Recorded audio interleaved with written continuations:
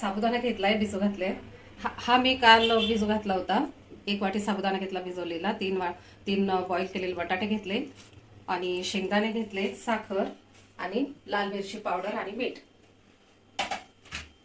तर मी आता आमटी बनवण्यासाठी इथं शेंगदाणे भाजून घेतले आणि इथं मिक्सरमध्ये मी बारीक करून घेतले. आमटीचं मी याच्यामध्ये सगळं काही घेतलंय, तर त्यामध्येच आपल्याला बारीक करता वेळेस 2 चमचे साखर टाकायची. आता इथे मी साबुदाणा वड्यासाठी आमटी बनवून घेते. त्यामध्ये मी तेल टाकते थोडंसं. इकडे तेल गरम झालं, मी आमटी फोडणी करायला टाकली. आता यामध्ये आपण काहीच टाकलेलं नाहीये. जे आपण मिक्सरच्या भांड्यामध्ये जे बारीक करून घेतलं होतं, साखर वगैरे सगळं टाकून, बस तेच सगळं मी बारीक केलेलं यामध्ये टाकलंय आणि थोडंसं मीठ टाकायचं. इकडे आमटी होईपर्यंत मी आता साबुदाणा वडा कसा करायचा ते मी दाखवते. आता इकडे एका बाउलमध्ये आपण साबुदाणा घेतलाय, त्याच्यामध्ये बटाटे एकदम असे बारीक करून टाकायचे. हाताने स्मॅश करायचे, काही खिसायचे वगैरे नाही.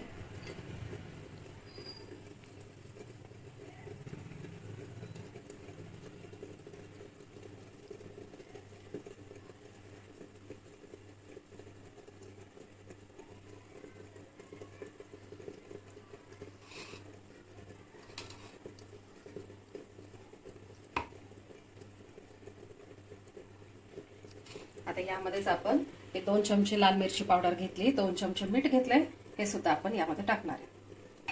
बघा, अशा पद्धतीने आपली आमटी रेडी झाली आहे. जास्त घट्टही नाही करायची, जास्त पातळही नाही करायची. मोठ्या प्लेटमध्ये हे सगळं काही एकत्र करून घेतलं, साबुदाणा, बटाटे सगळं, आणि आता हे सगळं काही एकत्र करून घेते.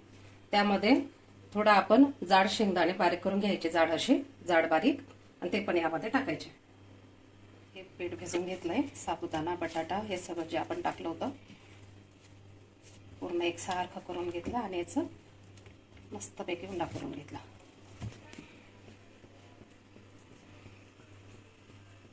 छानपैकी गरम झालंय. आता मी फ्लेम कमी करून घेते आणि त्यामध्ये मी हे बनवलेले वडे टाकते.